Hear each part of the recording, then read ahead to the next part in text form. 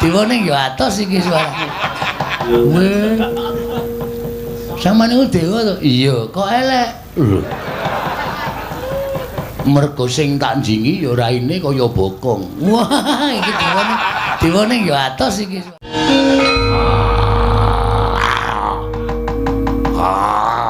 Piye kok mung dimut e? Lah ya dikledhak. Aku mung ngrisi. Kowe iki rung operasi amandel to? Wah. Kok isih nyentrol semene gedene? Wah, wong apa ya iki? Wong dipang kok malah omong wae. Anjingi ya raine kaya bokong. Wah, iki dewane ya atos iki suarane. Panjenengan sinten asmane? Ulun Bathara Bawursari. Iki kok aku malah ngedhep kaca pengilon. Hong milahing Mastu nama sidam sekaring bawana langgeng. Bagong ngerti yo. Ulun ingkang tansah momong kelawan jeneng kita. Sejatine kita kuwi uga titisaning dewa, mung dewa ingkang ora nate den ucapake dening para titah. Weh. Samane ku dewa to? Iya, kok elek. Lho. Mergo sing tak njingi ya raine kaya bokong. Wah, iki dewane ya atos iki suarane. Panjenengan sinten asmane? Ulun Bathara Bawursari. Ulun Bathara Bawursari ingkang tansah momong kita saksuwene kita wujud Bagong kaya ngono. Panakawan. Aduh, pukulun.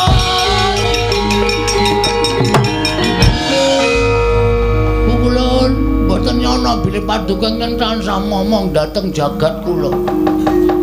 Kula ngantoske calan kiblat Pukulun. Kula suwita dhateng Begawan Durna, kula niku urip bingung. Kula arep ngopo, arep kepiye, kudu apa sing tak tindake. Jebul kula koncatan panjenengan. Panjenengan membo dados yaksa. Pancen ulun ingkang tansah gawe lelakon kita, Bagong. Waduh, aduh.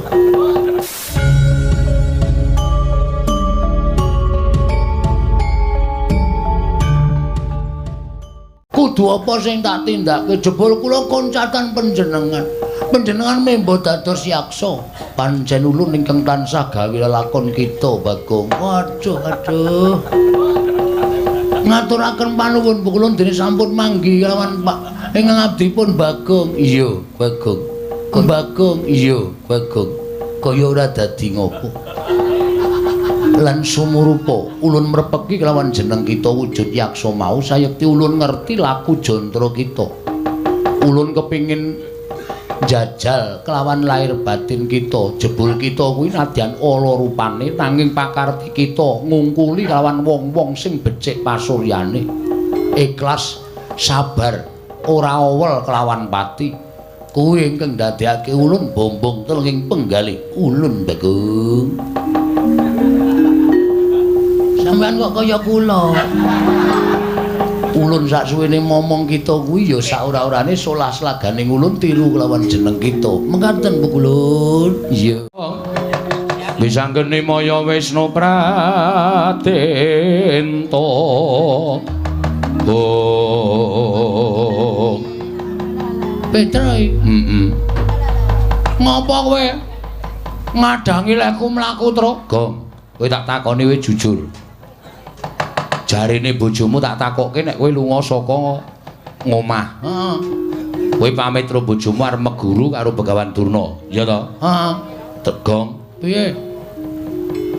Akeh guru, akeh pendhita sing apik, sing ampuh. Ning kena ngapa kowe kok milih Begawan Durna? Pendhita Durna kae ngelmune ngawu gawar ngawur. Nek nganti kowe engko entuk ngelmu sing nyengsarake karo uripmu, sing kapitunan ora mung kowe. Ning aku gareng karo Bapak Semar melu ngrasake. Mula janjane aku diutus karo bapak supaya nyusul karo kowe kon bali ning Karakadempel. Aja meguru karo Begawan Durna. Truk, apa? Aku ndek niat bangun desa. Monggo sawise aku sowan ning Sukalima, Begawan Durna ngendika karo aku bisane kelakon nggonku bangun desa. Yen aku kudu golek kayu Kastuba Mulya ning Gunung Candrageni, Gong. Kayu Kastuba Mulya kuwi tau weruh rupane urung. Lho, urung. Lah kok tok goleki? Tur kowe manut karo ngendikane Begawan Durna. Kok arep munggah Gunung Candrageni? Pancen sing wis tak antepi, Tru. Jarene Penemban Durna nang kono engko ana kawah. Nek aku wani nyemplung kawah, aku entuk kayu kastuba mulya. Gong.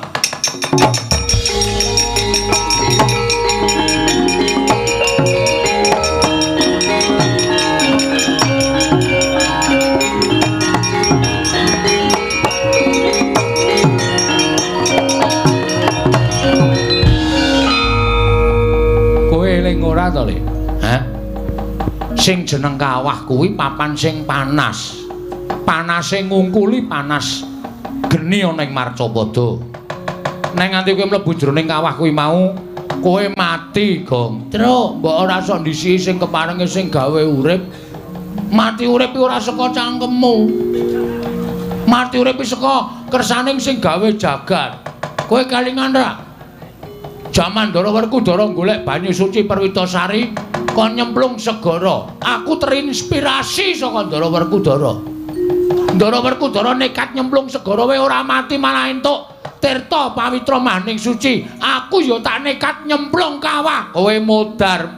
Ora. Kok iso omong nek ora? Werkudara wae ora mati kok. Ndara Werkudara beda karo kowe nyok. Kowe nyok. Suwe-suwe mangkel aku ngandani karo kowe iki. Minggat kowe ora usah ganggu kekarepanku to. Kowe lunga. Ya wis ning ngene bae. Nek pancen kowe ora gelem tak jak bali ngene bae, Gong. Yo tak ewangi yo. Piye carane golek ning aja nyemplung? Ora aku arep tetep nyemplung, aku lho ngadus barang dasare.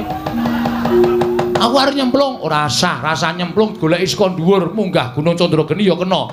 Ning digoleki saka dhuwur. Ora, wis to kowe mulya. Kowe mulih ora?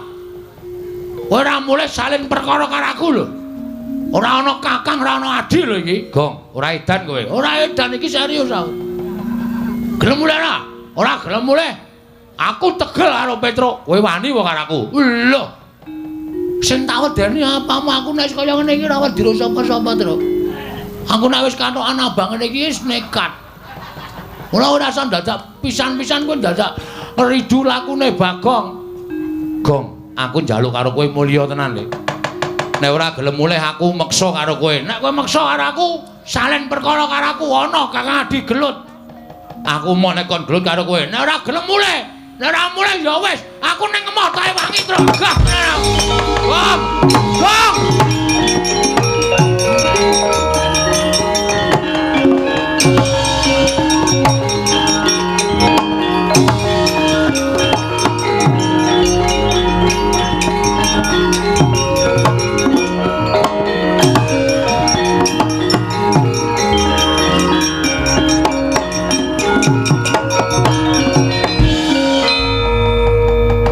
Bagong melayu-melayu nasak Karang Pradisan Kurawa nggone laku dedemitan tegese pacak baris aja nganti kawistara dening Bagong. Ih, Paman. Sampun cetha menika pelajaripun Bagong Kartamarma wonten timbalan. Jupuka tombak sing ampuh utawa sing landhep clorongan tombak saka kene si Bagong. Yen Bagong kena tombakmu tekaning pati ngendikaning Kakang Penemban Durna, Bagong kuwi nyawane Semar. Bagong ki ayang-ayangane Semar. Yen Bagong mati, Semar mesti melu tekaning pati. Mara coba Bagong lepas ana pusaka.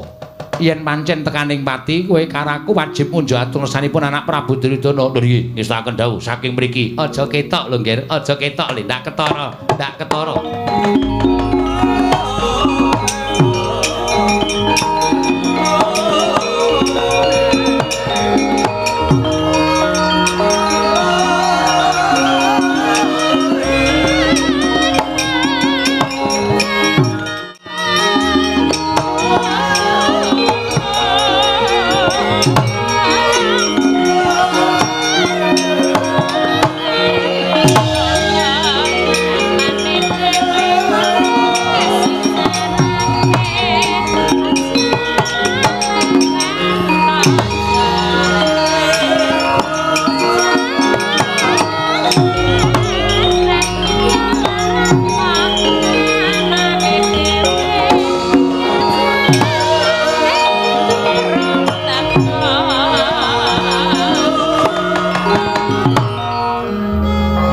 Kaya kilat kesit pindha tatit lampahing pusaka ing dilepun pasaken dening Sang Kartamarma.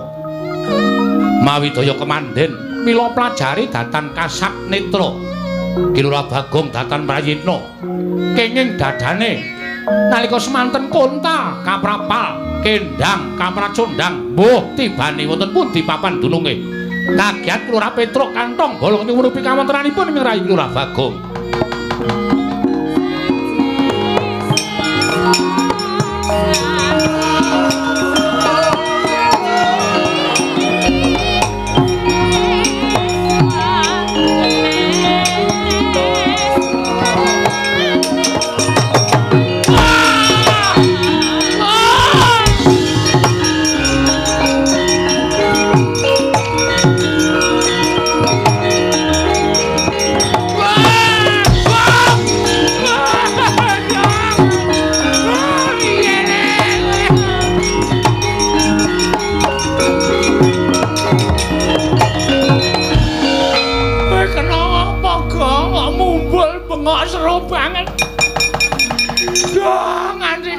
Melontrok ora krasa.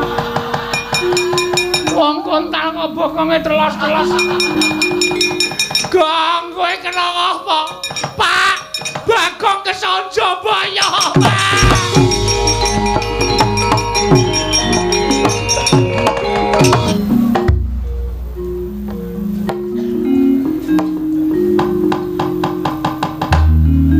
Rasa satrageng ulun sumembah ing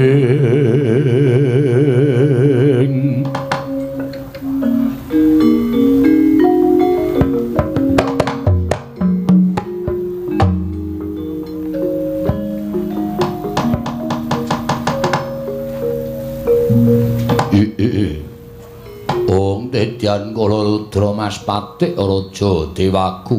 Oh ladala. Nganti bersasat kaya wis ora aku aganggonku njemangkahake suku. Ngrembiyake asta. Merga wis ora kuat kaya wis kelangan otot bebayu. Suwene nggonku golek pangan. Ana ing alas persasat kaya wis sinumpet dening panguwasaning para dewa. Aja kok wujuding kidang menjangan kethek wae kaya wis entek. Aja kok wujuding kethek nadyan wregul wae kaya wis ora ana. Dumadakan ketiga ngerak angagak-agak tetesing banyu dan ora teka. Mula sendang-sendang padha asat. Pendak esuk nggonku golek tetesing banyu embun supaya isa nelesi marang tenggok. Nanging ewadene kaya sinumpet dening panguwasaning dewa. Oh ladalah. Lah apa ten bakal tekaning pati aku mapan ana ing alas kene. Yen to nganti durung ana tandha-tandha bakal teka panganku saka kemuraning para Jawata. Nggone wis paring urip kalawan aku mapan ing alas kene. Oh dewa, dewa. Aja nganti kula menika sampun ngantos pejah wonten ing madyaning wana.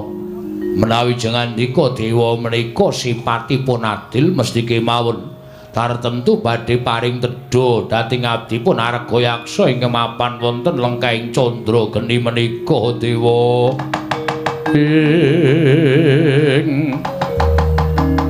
Rikat lampahing rata tanpantara prapteng sukuning Arga Ram kang tumingal.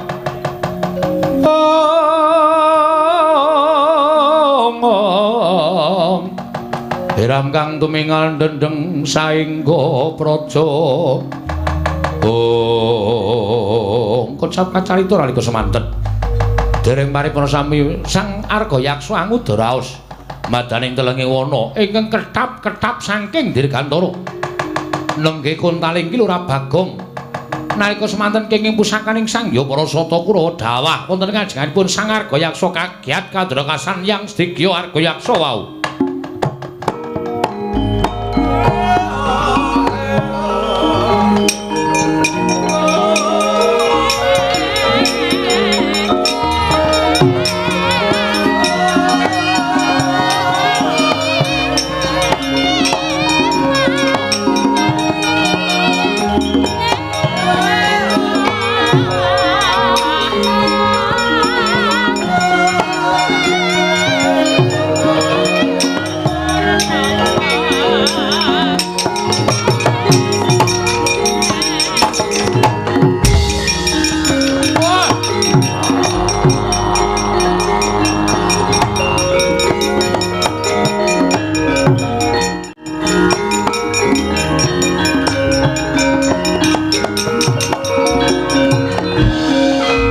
patrisang kapirangu pinangkul kinempit-kempit dosang regnaning bawana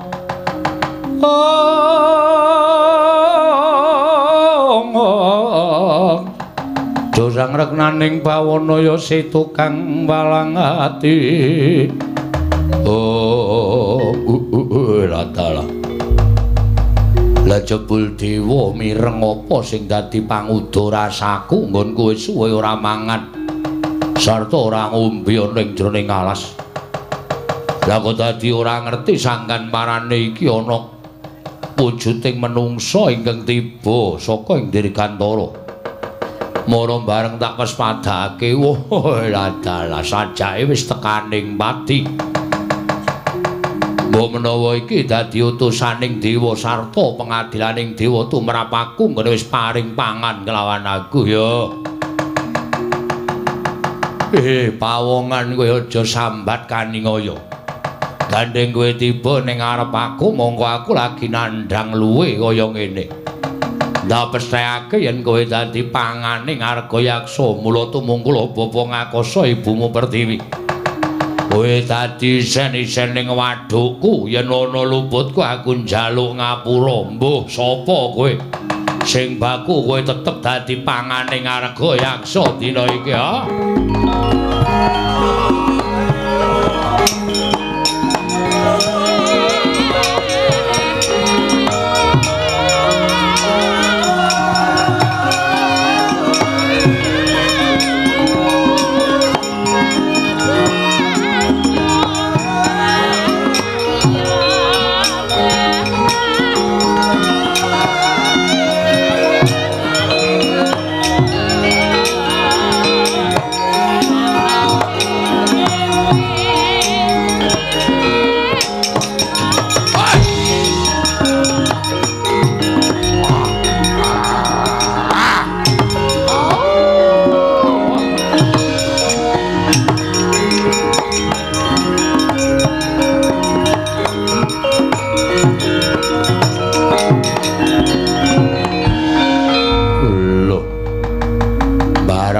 Tak pangan kok tangi. Aku ini harus dipangan tangi. Tangi sike iki kok. Aku kok ora krasa kena pusakane Kurawa ketoke lho. Ana mak jelek ning dada terus kontal. Aku isih sadar ning antariksa iki aku isih iso eling aku bengok-bengok kok. Terus pet rairing Purwadasina kok ngerti-ngerti tekan ning kene. Iki kono gendruwo dengkulmu melocot. Iki sapa e? Lho, kowe iso urip. Heeh. Kowe tiba ning ngarep aku. Lho, aku tiba ning ngarepmu? Iya. Kowe sapa? Kowe takon karo aku ingkang jaga lengkeng Arga Candrageni. Aku Arga Yaksa. Arga Yaksa. Kowe sapa? Aku Bambang. Tenan apa piye? Udu, Ding. Sapa? Joko. Wah, sing tenan sing ngendi? Ora, aku Bagong. Bagong. Bagong wong saka ngendi? Aku saka Karangkadempel, anake Semar. Anake Semar. Heeh. Ngopo kok tiba ning ngarep aku? Niatku arep munggah ning Gunung Candrageni. Aku sing jaga Gunung Candrageni. Nah, gandeng kowe sing jaga Gunung Candrageni. Aku njaluk palilamu ya Arga Yaksa. Njaluk palilah piye? Lilanana aku tak munggah ning Gunung Candrageni. Sik. Kowe arep golek apa ning Gunung Candrageni? Aku nampa dawuh pangendikaning guruku. Gurumu sapa? Begawan Durna. Aku kon golek kayu Kastuba Mulya ning tengah-tengahing kawah sing mapan ana ning Gunung Candrageni. Oh, lha kowe nglalu. Kawah kuwi awane panas. Kawah kuwi panase ngungkuli geni Madyapada. Yen kowe nyemplung kawah kowe tekaning pati. Aku duwe keyakinan kok, Arga Yaksa. Kowe duwe kapercayan piye? Mati urip ki ora saka kawaning, mati urip saka kersaning Gusti. Mula nek guruku dawuh aku kon nyemplung kawah, aku ya arep nyemplung mergo aku ki suwijining siswa sing ngabekti marang dawuh perintahe guru. Ning gurumu njlomprongke karo kowe ora ana wong golek kayu kastuba mulya kok mapan ning telenging kawah. Selagine aku wae sing tunggu harga Candrageni iki durung ngerti wujuding kayu kastuba mulya. Mula kowe kuwi janjane dijlomprongke karo gurumu ning kowe ora krasa. Masa guru kok njlomprongke? Ora ana guru kok mulang karo murid kok gawe bodho iki guru ngendi ora mungkin. Mergo aku ndek kapercayaan guru ki nek wis dawuh lahir batin kudu tak tindake. Terus aku tak munggah ning gunung kene. Syarate ana. Syarate apa? Bayar. Ora. Aku ora butuh duit. Terus aku kudu kon ngapa? Waton kowe iso ngalahke aku kowe kena munggah gunung Candrageni. Piye kira-kira kowe wani karo aku apa ora? Yen kowe iso ngalahke aku, kowe munggah gunung Candrageni. Yen kowe kalah karo aku, kowe dadi panganku tak lebokke ning wadukku. Waduh. Wah, berat iki. Aku mungsuh kowe. Iya. Nek iso menang munggah gunung, yen ora iso menang kowe tak dadekke panganku. Wis ngene wae. Pangane dadak gedabikan kesel. Aku perang karo kowe, nek kowe kira-kira ngelih, ning asli kowe ngelih. Iya. Wis 3 sasi aku ora mangan. Wah, edan. Ah, nek aku wis modar aku kowe. Aku 2 jam ora mangane emah. Terus aku panganan wae. Lho. Kok kon mangan piye? Mangane dadak gelut ora aku mesti kalah mungsuh kowe. Tinimbang aku kalah mungsuh kowe wis ngene wae. Nyonya, wis aku pasrah wis. Ora entuk kayu kastuba mulya ya ora apa-apa, sing penting aku iso ngewangi uripmu, iso nyambung karo uripmu ki tumrap aku wis ngujudake suwijining sedekah. Mula nek kowe arep mangan karo aku mangan ora apa-apa, ning ya kuwi iwakku ra enak lho. Ora apa-apa. Langu lho, ora apa-apa. Pokoke ra enak iwakku, soalnya aku ki ra tau adus. Iya. Ora apa-apa, ora adus ora apa-apa ning wae tetep kowe aku dadi panganku nek kowe ikhlas tak pangan. Ikhlas. Ora ikhlas ngopo? Wong mati ki kagungane sing gawe urip kok. Upama aku tok pangan, aku mati, terus kowe dawa umurmu kuwi padha karo aku wis entuk kanugrahan saka sing gawe urip dene aku iso nyambung uripe sedulurku. Kowe nadyan lagi lahi tepung. Wah. Wong kok apike kaya ngono. Pancen aku iki kondang becik kok. Aku iki kondang apikan kok. Mula nek kowe arep mangan karo aku mangan ora masalah. Ikhlas. Ikhlas jan dolan-balan kok. Oh, lah dalah yen ngono mapano. Ngendi sikik sing kudu tak pangan? Manut. Ndak sikik apa ning atos. Dadak nempukke. Nek arep empo ya kene iki. Ning kene iki sok metu gase lho. Nek kene madhes ngono kowe muntah-muntah. Moh aku. Apa kene iki malah sadurunge rene nang kene sikik kene lho wis jemek. Piye? Wah, ngewoke. Cengel apa piye? Cengel ki empuk malah nya. Kerjaan wis gawe wis.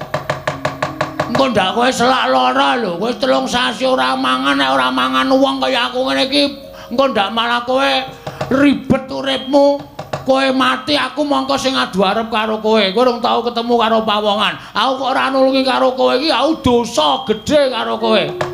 Yen ngono ikhlas tenan, ikhlas mapano. Wah, untal malang dening Arga Yaksa. Wis untal aja malang. Engko dadak ngombeni. Mujur wae terus langsung tekan weteng. Oh iya, mujur ya kena. Wis ngono wae. Pauntalan ya. Ya wis. Mati wis mbangane bali ya wis isin. Nang kene ra iso munggah gunung malah ketemu buta ngelih. Wis kono. Nggo nyambung uripmu Arga Yaksa ora apa-apa. Aku yakin ikhlas.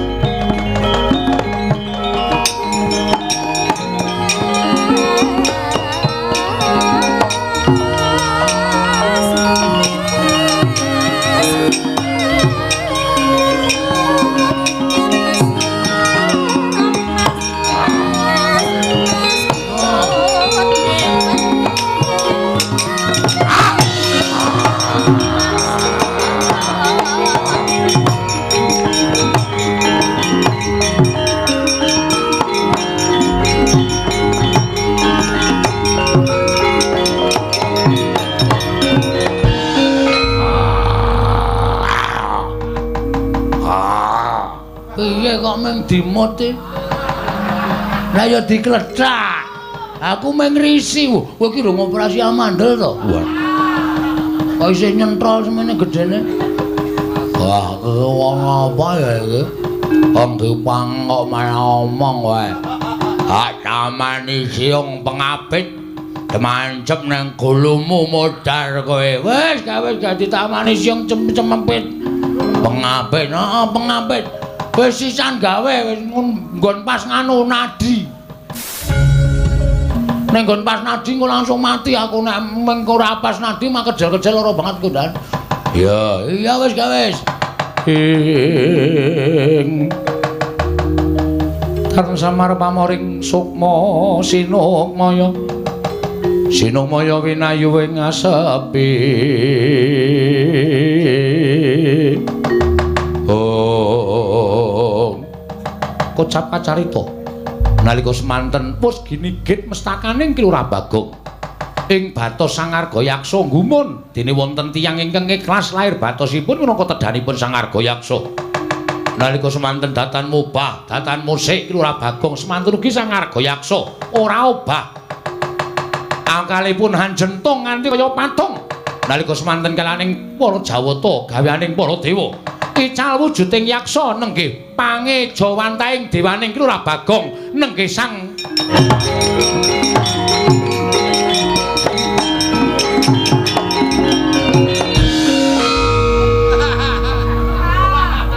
iki kok aku malah ngedhep kaca pengilon.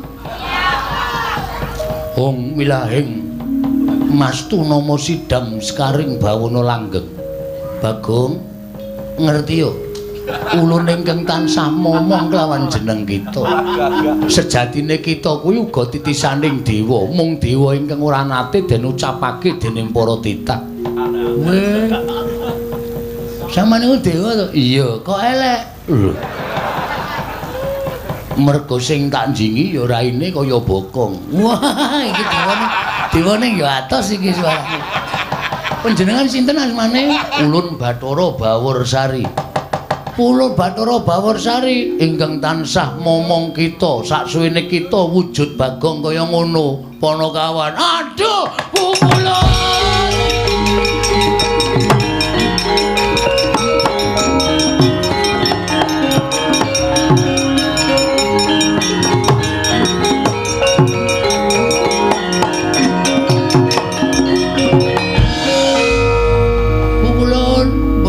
Bilih paduka ingkang tansah momong dhateng jagat kula. Kula ngantoske calan kiblat pukulun. Kula suwita dhateng Begawan Durna, kula niku urip bingung. Kula arep ngopo, arep kepiye, kudu apa sing tak tindakake. Jebul kula koncatan panjenengan. Panjenengan membo dados yaksa. Pancen ulun ingkang tansah gawe lelakon kita, Bagong. Waduh, aduh. Ngaturaken panuwun pukulun dene sampun manggi kelawan Pak ingkang abdipun Bagong. Iya, Bagong. Kaya ora dadi ngopo. Lan sumurupa ulun mrepeki kelawan jeneng kita wujud yaksa mau sayekti ulun ngerti laku jantra kita.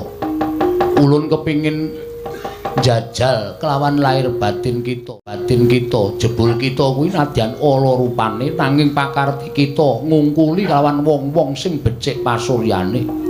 Ikhlas sabar ora awel kelawan pati kuwi ingkang ndadekake ulun bombong telenging penggalih ulun Bagong. Sampeyan kok kaya kula. Ulun saksuwene momong kita kuwi ya saora-orane solas laganing ulun tiru kelawan jeneng kita. Mengkaten pukulun. Iya. Lan napa to kang dadi karep kita? Teko kita suwita Begawan Durna sarta ngupaya kayu kastuba mulya. Pikulan pukulun. Ngaten nggih pukulun, estunipun kula menika kepengin bangun desa. Mergi menapa kawontenan desa sakmenika sampun bubras langkrah boten kanten-kantenan. Kepengin para kawulanipun menika kula rukunaken langkung malih.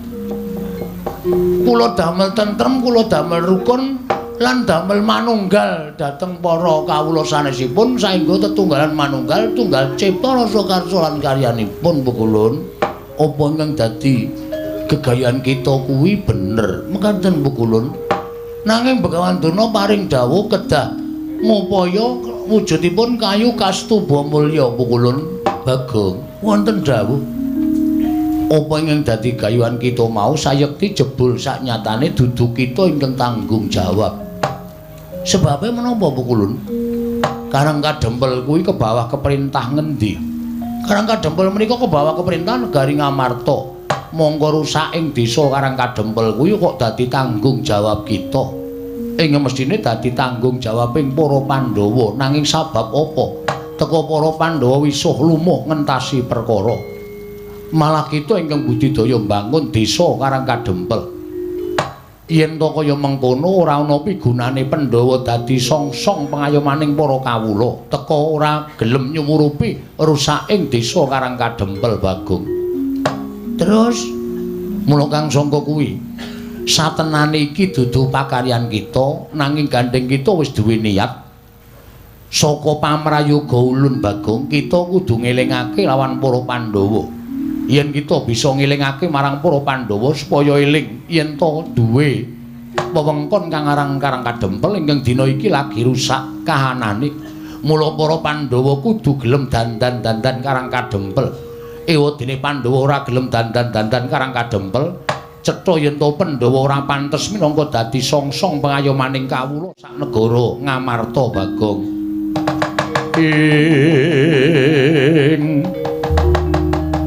Kagyat risang kapirangu rinangkul kinampit kambeda sang reknaning bawana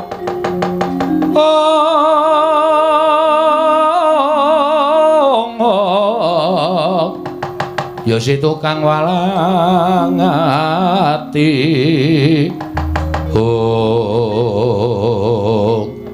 mekaten Bu Kulun. Iya lajeng keparingipun apa ingkang kita upaya kayu kastuba mulya bakal ulun paringake lawan jeneng kita Bagong dadi syarat wewangunaning desa Karang Kadempel. Nanging sadurunge kita ndandani desa Karang Kadempel luwih dhisik elingna para Pandhawa. Ora jeneng kita wani lan para Pandhawa, nanging ngelingake sabab piyayi sepuh padha ngendikake, wong kang pinter padha ngandhakake sak apik-apike wong isih eneng alane. Saala alaning menungsa isih kedunungan rasa apik. Mula gandeng Pandhawa kuwi wong satra ingkang ngateken ati suci pepayung budi rahayu. Nanging sing jeneng titah kesawapan kulit daging kuwi isih duwe rasa kleru lan isih bisa tumindak luput. Mula kang sangka kuwi wong kang kaya kuwi ingkang wajib madhangake lawan para Pandhawa. Inggih ngestakaken dawuh Bu Kulun. Lajeng kepareng paduka mara gage tampan ana kayu kastuba mulya ingkang kita upaya Bagong. Kula nyuwun senjata pitulung supados kula mboten wujud Bagong. Kita bakal ulun dandani tanpa beda kelawan kaya ulun nalika semana. Wujud napa Bu Kulun? Celeng kudu. Wujud buta Bagong. Wujud buta kados panjenengan kala wau. Iya Bagong. Sawise kita wujud buta, ulun bali lawan jagat kita. Ulun bali momong lawan kita Bagong. Nggih, ngestakaken dawuh lan dadi pangertenmu. Yen to niyate Durna lan Kurawa kabeh mau sayekti ora kok bakal maringi bebungah wujuding kayu kastuba mulya. Nanging mun dadi srana nggone bakal padha kepengin gawe patimu. Sabab kita kuwi dumadi saka ayang-ayangane Semar. Ulun ingkang diutus dening Sang Hyang Jagat Giri Pratingkah kinen manjalma wujud titah saka asal mulane alan ayang-ayanganing Semar Badranaya. Mula kita ulun dandani wujud yaksa kaya ulun lan ulun bali manjing angga kita. Nun nggih ngestakaken dawuh sawise kaya mengkono kita budhal marang Praja Ngamarta. Barang wamuk ning Praja Ngamarta. Wah, mungkin nek wong-wong Pandhawa mboten wonten sing ngalahke kula, aja kuwatir. Iki dadi sarana Pandhawa eling lawan desa Karang Kadempel supaya Pandhawa uga mbantu lawan nggon kita duwe niat bangun Karang Kadempel. Ngestakaken dawuh Bu Kulun. Megenga napas sawetara Panakawan Bagong. Tan samar pamoring sukma sinukmaya winah ya ing asepi. Sumimpun telenging kalbu pambukaning warana.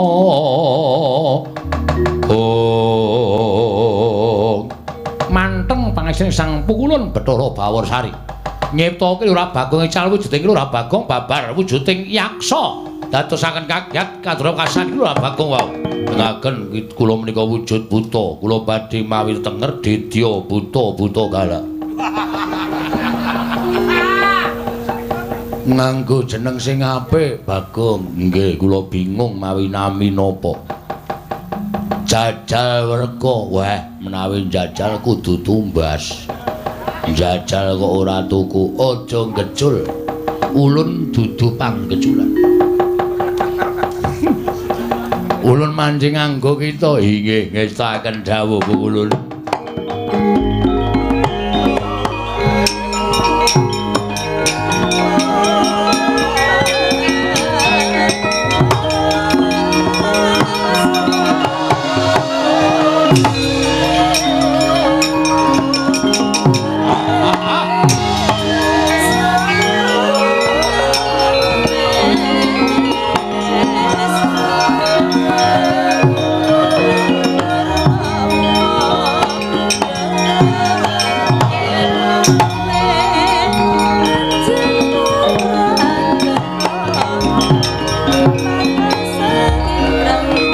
Pandhawa tata gati Wisraya Indriyaksa Sara Maruta Pawana Bana Margana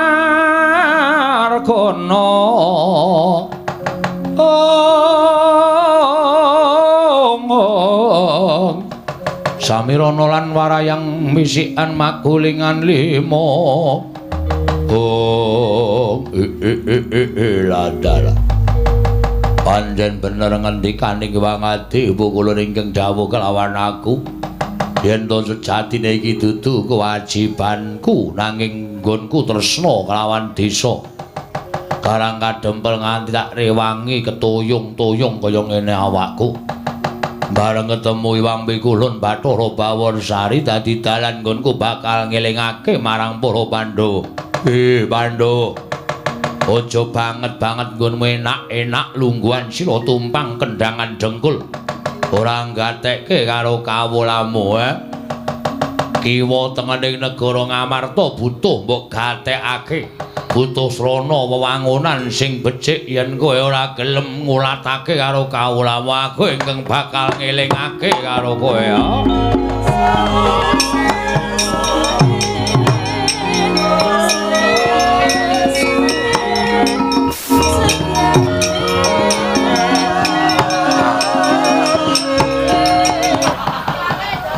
Bagong kok ora Petro kok ora teka-teka iki karepe piye Semareka den prayitna samurir seka balik titiyani gandayani Trisanya purnama sasi kilar-kilaran ing tengah latar lilang lintang Bima Sekti Sowanipun Lurah Petruk Kantong Blong mlajar karya cingak Lurah Semar Badrana Semareka den prayitna semuriris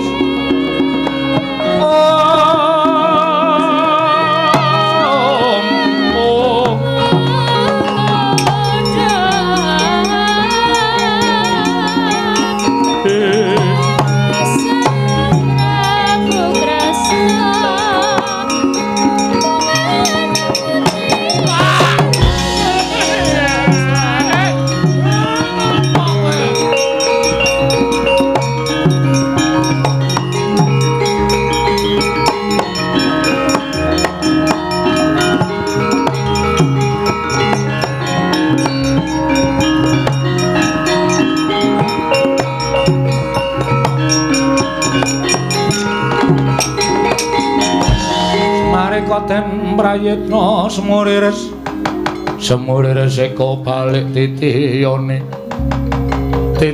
gandayane Trisanya purnama sasi Petruk ngapa kowe teka teko kok nangis kaya bocah. Kowe omong ae kowe tak kon usul adimu Bagong lah kok malah kowe bali nang Karang Kadempel nangis. Kedewasan, Pak. Aku wis ketemu karo Bagong. Lah kok bocah ora tok jak bali? Sampeyan ngerti dhewe to sifatake Bagong kaya ngono ae. Wis duwe kekarepan ora kena dipenggak karo sapa wae. Anggepe dheweke iki Ndara Werkudara muni ngono. Terus piye? Bagong suwita karo Begawan Durna. Bagong duwe niat arep bangun Karang Kadempel. Bagong kuwi? Heeh. Bagong niat bangun desa. Sowan Begawan Durna jarene Durna ngomong syaraté bangun Karang Kadempel Bagong kudu golek kayu kastuba mulya. Kuwi apa kuwi? Aku dhewe ya ora ngerti wong bangun tak kandhani ya ngeyel. Bareng ngono Bagong bloko karo aku minggir truk aku arep munggah ning Gunung Candrageni arep nyemplung kawah golek kayu kastuba mulya. Bagong, tak elekke ora kena Bagong mlayu tak tututi. Ning jebul didingkek karo Kurawa. Kurawa laku dedemitan Bagong kaya kena pusaka kontal Pak Embuh menyang endi papan dununge.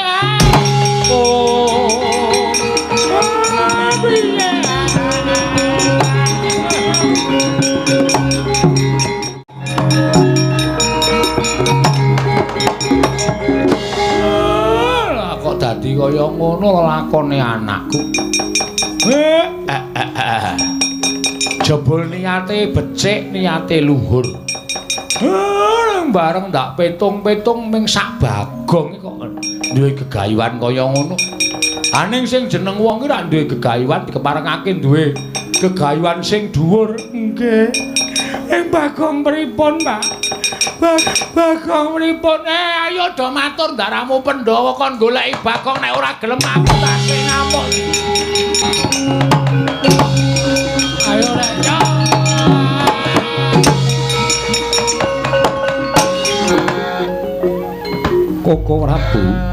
Koko Prabu Ndarawati. Inggih wonten dawuh Yayi. Rawuh paduka Kanjeng Koko Prabu. Saestunipun namung badhe kula suwuni priksa krana sampun wonten pinten-pinten pisowanan. Kakang Semar Badranaya mboten ketingal sowan. Menggah menapa ingkang dumados wonten ing praja utawi ing Karang Kadempel. Nuwun sewu. Mesinipun paduka Yayi Prabu mboten sisah nyuwun priksa dhateng Raka ing Dwaraka. Krana mesinipun paduka Yayi Prabu tumunten utusan kelawan kadang kula ing Jodipati menapa dening Madukara supados ninti priksa kawontenanipun Kakang Semar.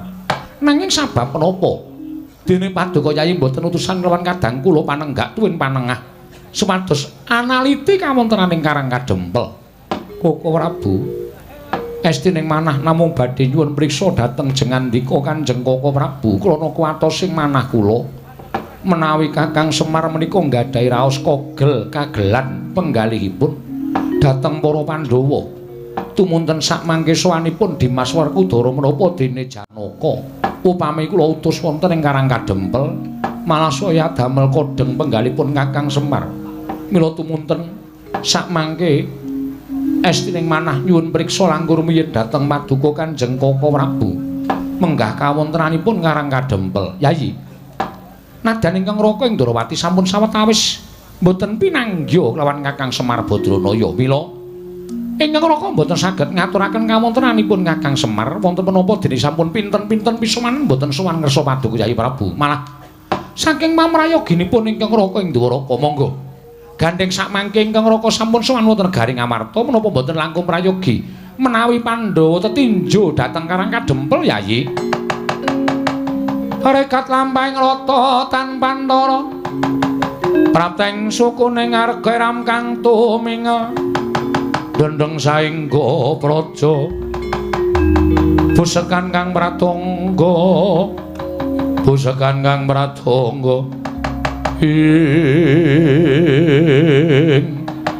dereng ngantos parisamaning Balwacana kasarusaning min kula Semar Badranaya karya kagiat sangya para Pandhawa.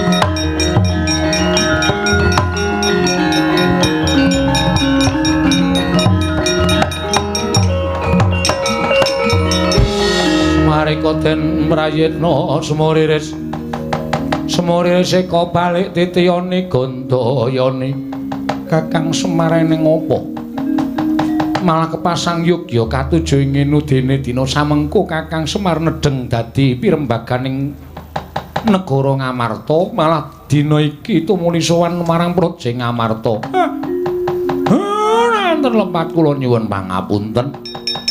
Sawetawis panci kula mboten sowan mergi kawontenan Karang Kadempel Ndara. Ingkang mboten kanten-kantenan kawontenanipun kawula tebih saking raos tentrem. Pokokipun menawi kula aturaken menika mangke panjang ingkang langkung wigatos kawontenanipun Karang Kadempel menika dados kawigatosanipun anak kula Bagong. Tumuntun Bagong kepengin bangun desa. Srana piyambakipun pados kekiyataning batos suwita dhateng Begawan Durna. Wong kemawon kula menika wis elek-elek ning Bagong wegah dielekake. Wekasan Durna paring dawuh Bagong isa kuwat bangun desa yen to nganggo syarat sarana kayu kastuba mulya. Ngendikanipun Pendhita Sokalima kudu golek eneng nginggiling Gunung Candrageni, Bagong kudu nyemplung telenging kawah. Ning kula ngerti kabeh niku pancen pangrika dayaning Kurawa ingkang duweni watak angkara budi candala. Mboten gedhing lan sengit kalih pendhawane ning klebu abdine ya melu digedhingi melu disengiti dening Kurawa. Petruk wadul kalih kula nek Bagong kena pusakaning Kurawa. Kendhang kapracondhang kontal kaprapal sakmenika mboten dipun mangertosi wonten papundi papan dunungipun Ndara.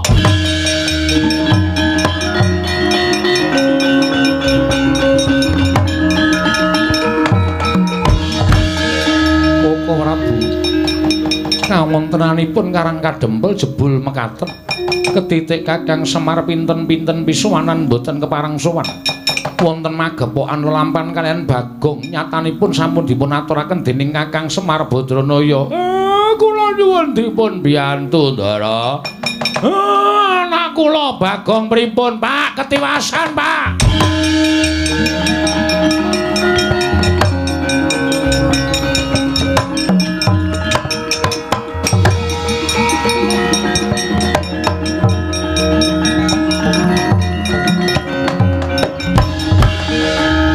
Kawan Petruk mlayu-mlayu ya gene matur Ndara Puntadewa sewu kelapatan diagung pangaksami. Nedhengipun kula tenggo wonten alun-alun negari Ngamarta mboten wonten sangkan paranipun dugi. Kula mboten mangertos saking pundi asal mula bukanipun wonten yaksa ingkang ngamuk punggung Suratamta Nirbaya Nirwikara Werkudara Janaka Jakaya bocah cilik.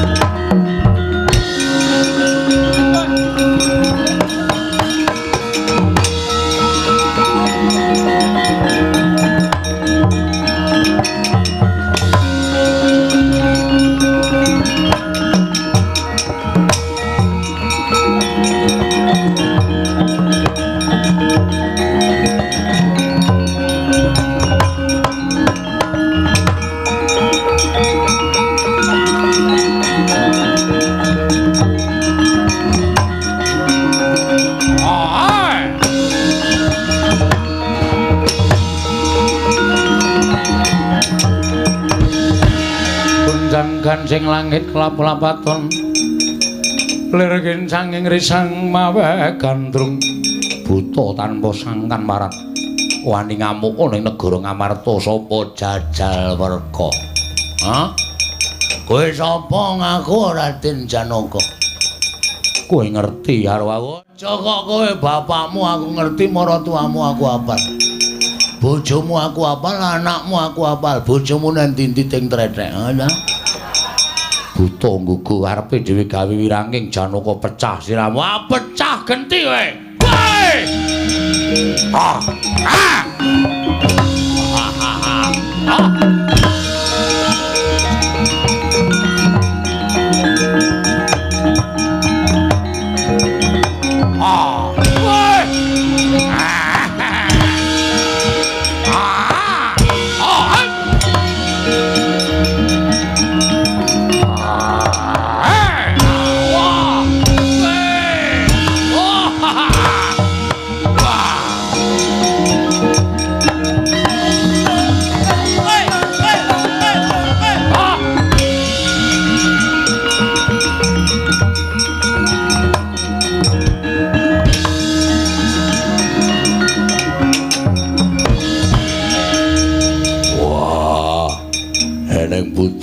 Rambute digelung kaya aku. Oke, salon buka.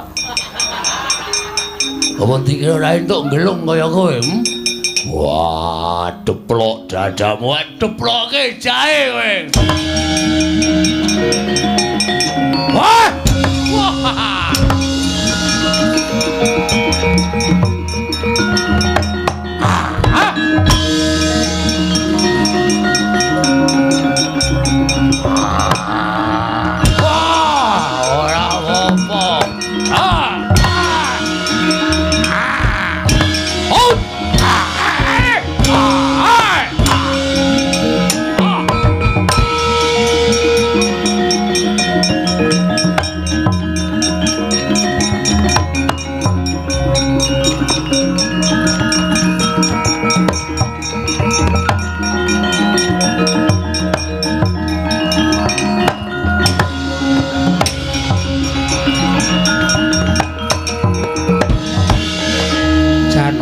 Udara kalah Koko Prabu Kasinggihan butane ampuh lehku serik rambute kaya aku lah wong dipadani rambute kok lara ati lho wah sing madani wing wujud buta Kresna kakangku mangsa Baranga kaya ngapa wujude tak tandangane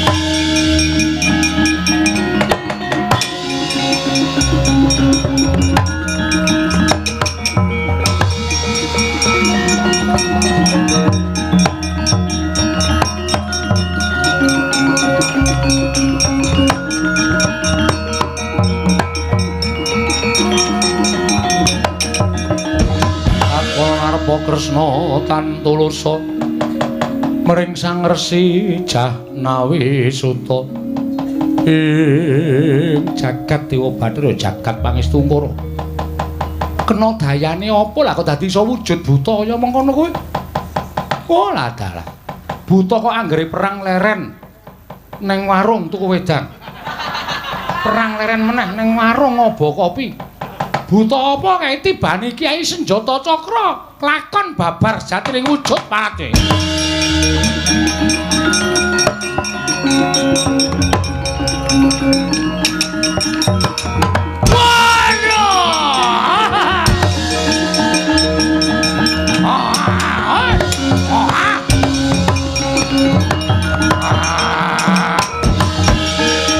Suramrata Jayamrata imbang yen padha-padha wis malih aku. Wis ngono kok. Apa?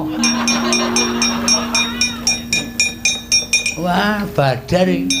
Ora kowe kok dadi buta barang ngopo? Protes. Lho. Protes karo sapa? Demo. Dalam rangka ora trima. Karo sapa? Pandhawa. Kon tekan kene. Dokon rawa mrene.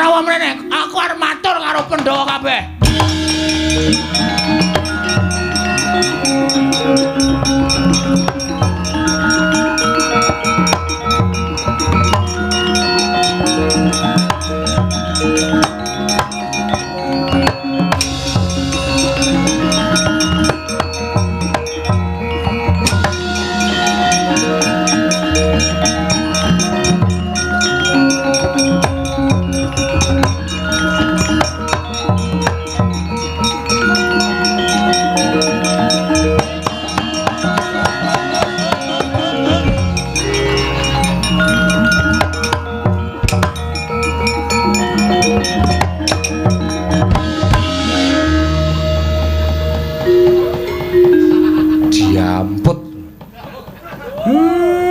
Wong tuwa joget kok dijegal. Ana kawan Bagong. Nggih. Bagong. Nggih. Bagong. Nggih. Nggih, Bagong. Kowe sik.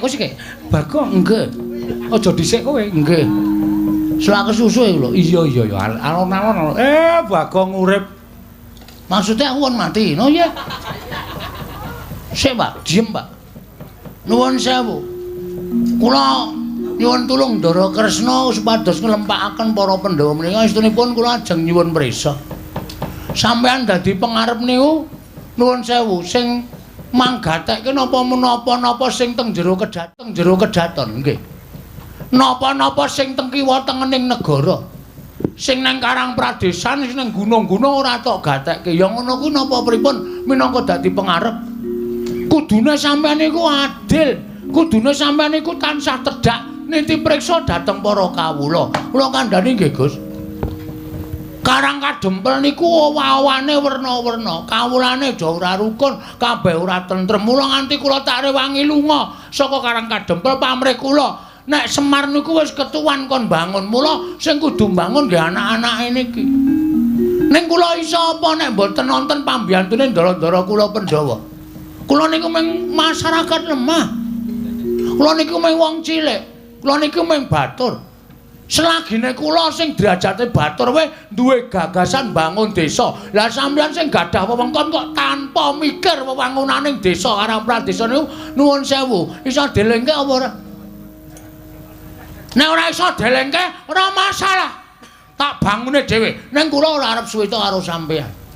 Kula ora arep suwita karo ndara-ndara Pandhawa.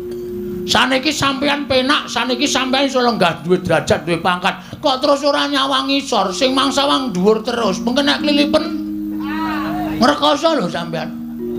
Ngoten. Napa-napa sing dumadi enten ngandhap niku manggatekke. Ngoten. Karang Kadempel niku bapak ya iso apa wis tuwa. Bapak niku bangun kayangan wis ping pira ya, Pak ya? Heeh. Bangun kayangan, bangun SPBU. Bangun taman pariwisata nggih to, Pak? Heeh. Wis kesel bapak niku lho bagiane Bagong bangun desa. Ning nek Bagong ora dibantu sampean-sampean ora bakal Bagong nglakon bangun desa. Lah manunggaling sampean minangka Gusti kula kalih para kawula tetunggalan manunggal iso bangun desa mujudake rakyat ingkang tentrem ayem manunggal rukun tunggal cipta rasa karsa lan karyane mujudake negara ingkang adil makmur warata tias bagya mulya mengkono. Nek kula ora wani matur ngenten iki sapa sing arep wani matur kaya ngenten iki?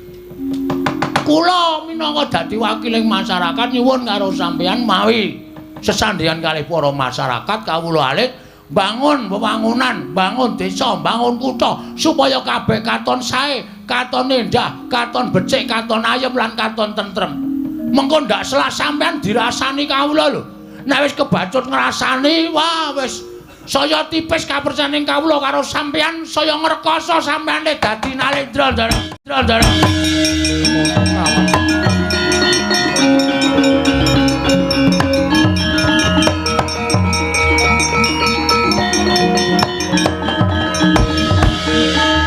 Bathok bolo isi madu. Ana nguneke bathok. Kowe iki dialem bathok bolo isi madu, rupamu elek nanging pikiranmu kuwi becik, atimu becik. Matur suwun. Kula mboten butuh pangalembono. Ning kula butuh kesaguhan sampeyan, kesanggupanipun ndara-ndara supaya mbangun desa sareng kaliyan kula. Bagong bakal ndak sengkuyung. Bagong ndak sengkuyung lahir batin. Ana kawan Bagong ndak sengkuyung lahir batin. Ana kawan Bagong aku ya nyengkuyung lahir batin. Anak sing ngerti karo wong tuwa ki meng kowe. Meng kowe, Bagong. Aku ora butuh gareng. Aku ora butuh Petruk. Waton isih ana kowe, bapak iki rumangsane isih kaya urip.